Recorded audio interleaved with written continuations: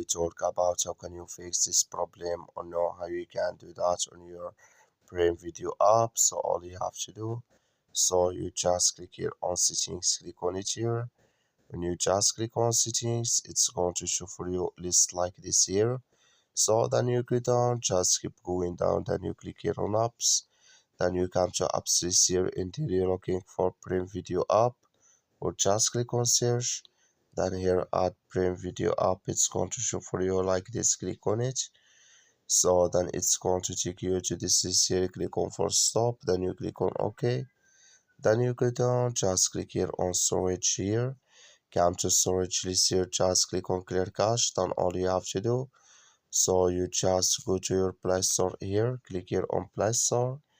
Then you search here for Amazon Prime Video app. It's going to show for you like this. You will find here update, click on it and it's going to work with you. That's all you have to do. Thank you for watching. Don't forget to support us by liking, subscribe.